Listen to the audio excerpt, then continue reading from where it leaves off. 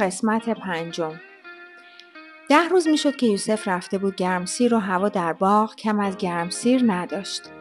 همیشه تابستون همینطور عجله میکرد و زیر پای بهار رو میروفت.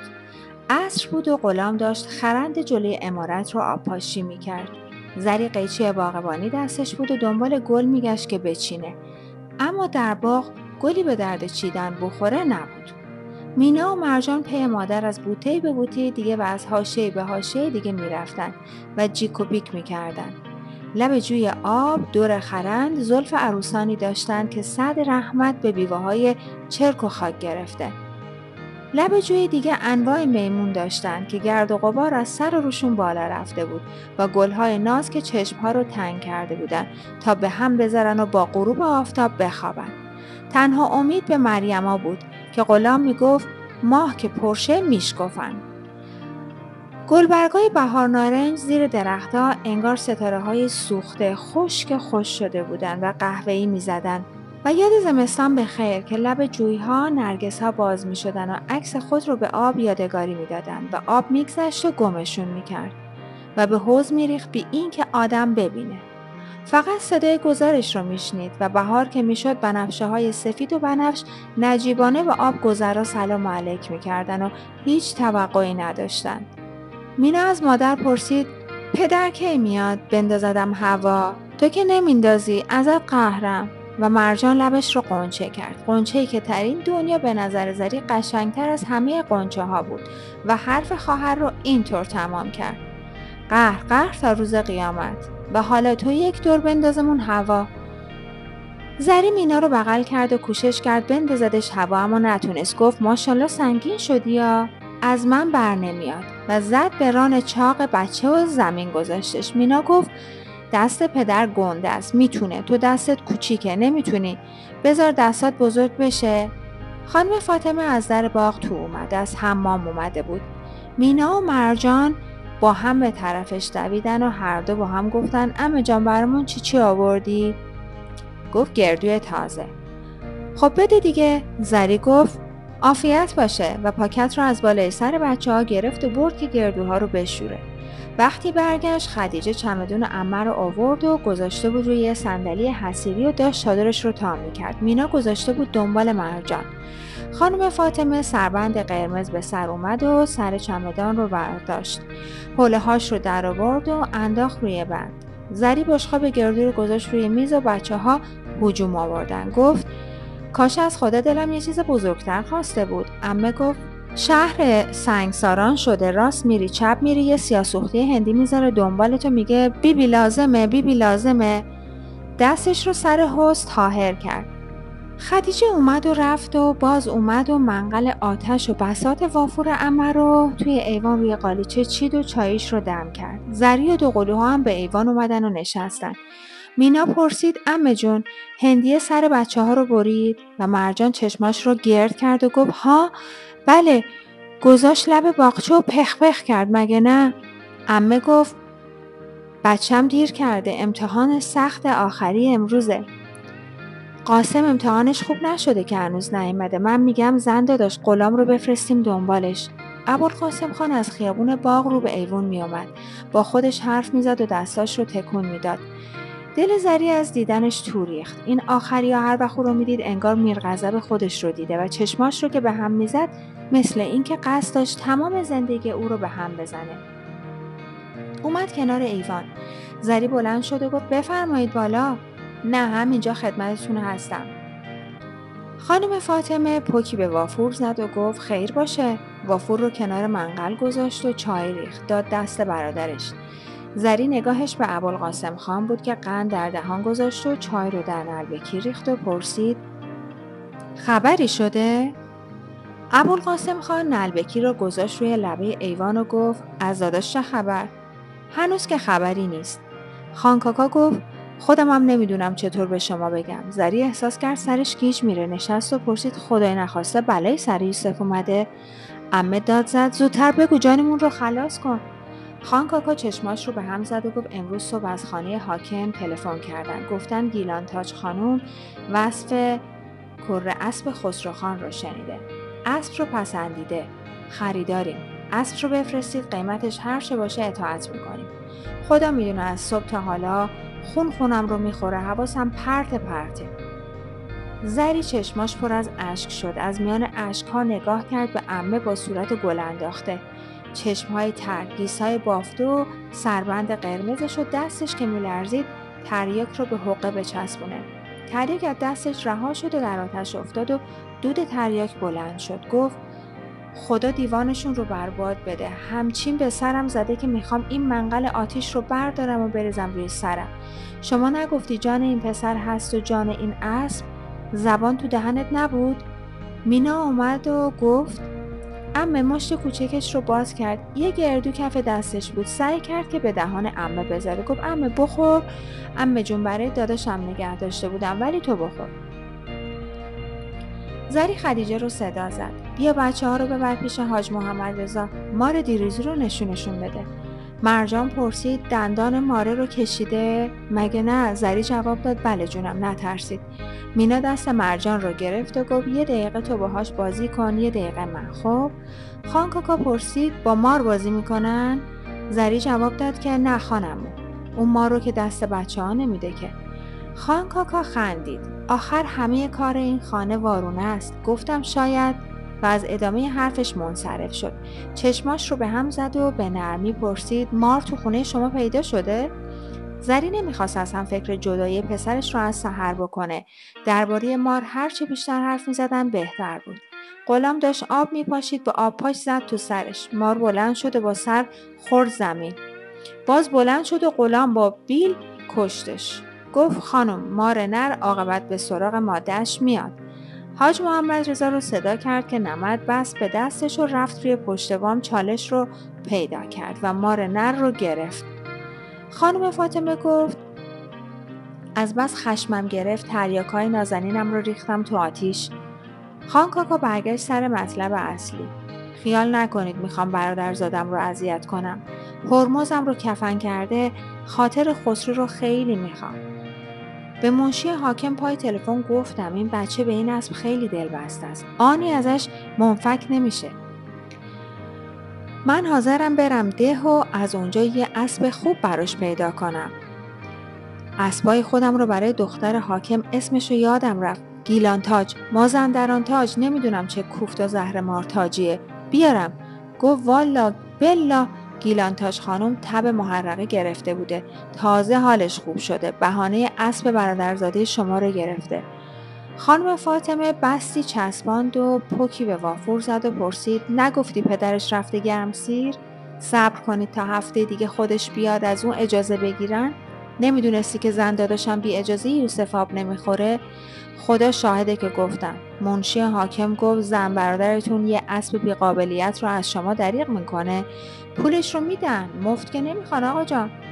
عمه خانم وافور رو رها کرد. 2 تا چای ریخت، یکی رو گذاشت جلوی زری و یکی هم برای خودش. گفت میدونم همه آتش از گور خودت بلند میشه. برای وکیل شدن حاضر به هر کاری هستی. آن عایشه از کجا میدونست که خسرو اسب داره؟ خودت بریدی و خودت هم دوختی. حالا هم توش موندی. خان کاکا قسم خورد به خداوندی خدا به عمه اطهار 7 قرآن به میان اگه من حرف اسب رو زده باشم. مگه عزت و دوله رو نمیشناسین؟ از صبح تا پسین اونجاست و برای همه مردم شهر سوسه میاد. من خواستم محل نذارم. همین الان خود حاکم تلفن کرد و پرسید اسب چطور شد؟ گفتم حضرت بالا اخوی گرمسیره. گفت ای بابا سبیه تازه از ناخوشی پا شده. چند روزی اسب رو بفرستید از چشمش که افتاد پس میدیم. زری اندیشید که ممکنه راست بگه. به خانم فاطمه نگاه کرد که با انبر خاکسترا رو دور آتش جمع می‌کرد و اشک در چشمش بود. گفت شده شهر سگساران. من که میذارم و از این ولایت میرم مثل مرحوم بیبیم کربلا مجاور میشم. خان کاکا خشمگین داد زد با چه پاسپورتی؟ با چه جواز خروجی؟ بی خود نگفتن که زنان ناقص العقلن. اونم زمان جنگ؟ خیال کردی به این آسونی میشه رفت؟ و رو به زری ادامه داد فردا صبح میفرستن دنبال سحر. زری گفت یه قدم که برداشتی باید قدمای دیگر رو هم برداری. تقصیر بی‌عرضگی خودمه اما این بار جلوشون نیستم. و ناگهان احساس کرد که انگار ستاره‌ای در روحش جرقه زده. ادامه داد به اون میگم آخه هر چیزی حدی داره. فقط دختر تو میتونه بهانه اسب بگیره؟ هیچ چیز قشنگ به هیچ کس در این شهر نمیتونه ببینه؟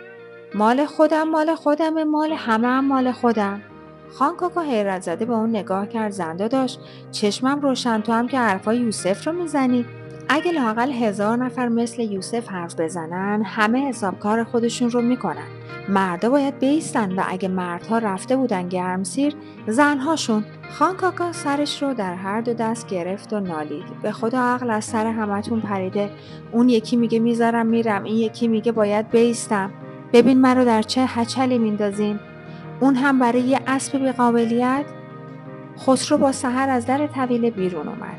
کی اومده بود که زری ندیده بودش؟ سحر رو در باغ رها کرد و رو به ایوان آمد. نگاهش از عمو به مادر و از مادر به عمه سیر کرد. هر سه بغ کرده بودن. پرسید: چی شده؟ خان کاکا خندید و چشماش رو به هم زد و گفت: میخوام برم شکار، تو رو هم میبرم. به حرف زنا گوش نکن، همشون ترسوان. عمه پرسید: امتحانت چطور شد؟ خوب شد عمه جون، به نظرم یه جفت 20 بگیرم.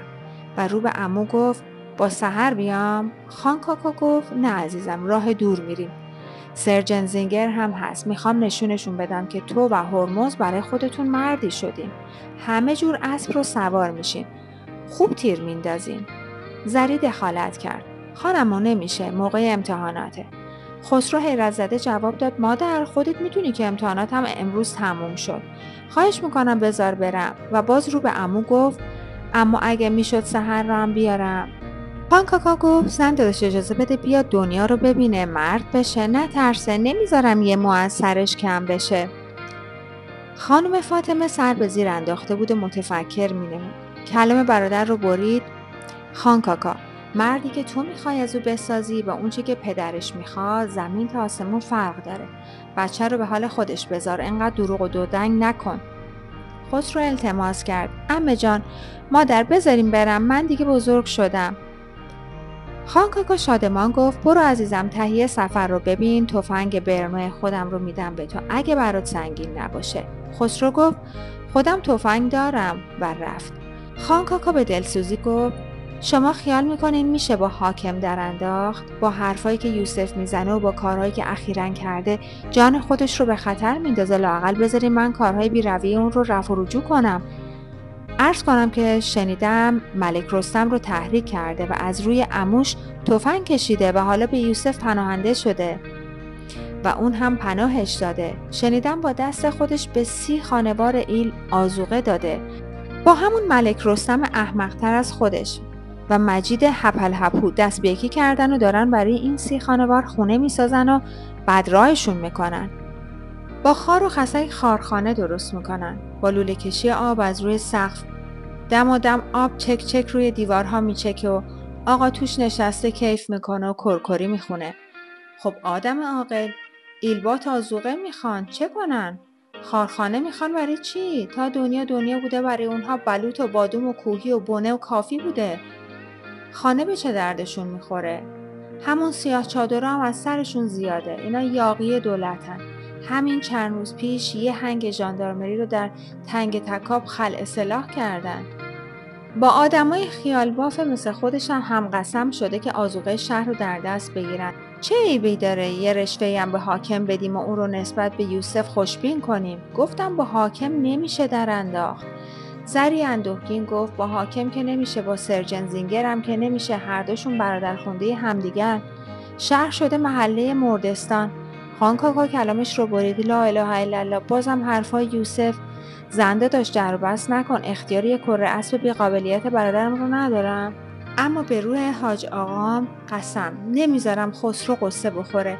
میبرمش شکار، 2-3 روز در ده نگهش میدارم، هر کدوم از کره های من رو پسندید به اون میدم. فردا صبح زود که فرستادن دنبال اسب رو بدین و رسیدش رو هم بگیرین. وقتی ما برگشتیم بگین اسب مرد. در ده من به گوش خسرو میخونم که اسب خودت بیماره، که آدم نباید در این دنیا خودش رو به چیزی دل بسته کنه تا وقتی از دستش رفت قصه بخوره. عمه سرش رو بلند کرد و گفت: تو که لالایی بلدی چرا خودت خوابت نمیبره؟ خدیجه اومد و بساط وافور رو جمع کرد. زری پرسید: کو بچه ها؟ خدیجه گفت: با غلام ایستادن تماشای چند تا زن و مرد ایلیاتی که دارن میزنن و میرقصن. خان کاکا خندید و گفت بار خدا یا چرا همه اهل این خونه دلشون به حال ایلبات و رعیت و طبخکشا میسوزه. زری گفت خدیجه یه قلیان تر و تمیز چاق کن بیار. خسرو به ایوان اومد و گفت مادر کلید گنجه رو بده تفنگم رو بردارم و بعد شلوار شکارم رو ندیدی؟ هرچی میگردم پیدا نمیکنم. بی شلوار بیا جانم، آنجا تا بخوای شلوار شکار داریم. زری احساس کرد که گلوش میسوزه. دست کلید رو از جیب لباس خانه‌اش در آورد و گذاشت. اینطور دست و پای آدم رو در برابر حوادث تو پوست گردو میذارن. خودشون میبرن و میدوزن و قول و قرار میذارن. اما هنوز وقت باقی بود. صبح که میشد و فرستاده حاکم که میومد میشد سحر را نداد. میشد به فرستاده حاکم گفت سحر مرد، خلاص. خان کاکا گفت زن داداش خدا رو شاهد میگیرم که نمیتونم اشک تو رو ببینم. کلامش رو برید، چرا که خسرو با لباس سفر و تفنگ به دوش و خورجین به دست به ایوان اومد و گفت من حاضرم. زری سرش رو پایین انداخت و اشک‌ها رو فرو خورد. خسرو عمه رو بوسید و بعد دست انداخت گردن مادر و صورتش رو به صورت تر مادر چسبانید و گفت من که نمیرم سفر هند. مادر به خانمو بگو اجازه بده سحر رو هم با خودم بیارم. خان کاکا چشماش رو به هم زد و گفت بیا عزیزم بریم. غلام از سحر مواظبت میکنه و خودش خداحافظی کرد و راه افتاد. خسرو سر به گوش مادر گذاشت و گفت نمیشه نرم، اون وقت خانمو خیال میکنه از تیراندازی میترسم. سحر ساکت و بیتکان زیر درخت‌های نارنج ایستاده بود. خسرو هم که به او رسید جم نخورد. خسرو صورت سحر رو در دو دست گرفت و بعد یالش رو صاف کرد و بلند گفت مادر یادت نره بهش غم بده. غلام خودش میدونه، قشوش هم میکنه. سحر سرش رو خم کرد و با پاش خاکا رو زیر درخت نارنج ولو کرد و خسرو که رفت لب ایوان اومد و گوشاش رو به جلو آورد و شیهه کشید. مادرش از طویله شیهش رو جواب داد. زری از میان اشک میدیدش. چه چشمای نجیبی، چه موجه های بلندی، چرا راست در چشمم نگاه نمی کنی؟ چرا چشمت رو زیر میندازی؟ چرا نمیگی ای زن بیورزه؟ میدونم فردا من رو وا خواهی داد. زبان بسته. خانم فاطمه گفت من که میذارم و از این ولایت میرم. پاسپورت میخوام برای چی؟ قاچاقی میرم. پولام رو دینار طلا میکنم و میدوزم لای آسترکم و یه چمدون برمیدارم میرم. کاری نداره که میرسونم خودم رو به اهواز. بعدم خودم رو میندازم تو نخلستانا و عربا رو میبینم که یکی یکی دینار طلا میذارن کف دستشون و سوار قایق میشم. از شط عبور میکنم و اون وقت خلاص میشم. نه زور میگم نه زور میشنوم. مملکت منم نیست که دلم مدام ریش ریش بشه. با مشت به سینه‌اش زد و گفت یا امام حسین خودت این بنده بیکست رو طلب کن. خدیجه قلیان آورد و پرسید قلیان خواسته بودین خانوم؟ زری قلیان رو گرفت و گذاشت جلوی خودش و پک زد. سرفش گرفت. باز پک زد و دلش به هم میخورد، اما پک میزد و دودش رو از بینیش بیرون میفرستاد. خانم فاطمه غمگین گفت آدم رو قلیانی میکنن، تریاکی میکنن، بس که به آدم سخت میگیرن. زن داداش اگه میتونی نکش، اعتیاد بد چیزیه. و سرش رو بلند کرد و رو به آسمان کرد و با لحنی ملامتبار گفت خدایا ناشکری نمی کنم، اما در این دنیای تو غیر از قصه چیزی نفهمیدم. آنقدر پاپه شوهر نازنینم شدند و خون به دلش کردند تا تحملش تمام شده با اسب خودش به دختره قنصول زد. یکی یه دونه پسرم جوون مرگ شد.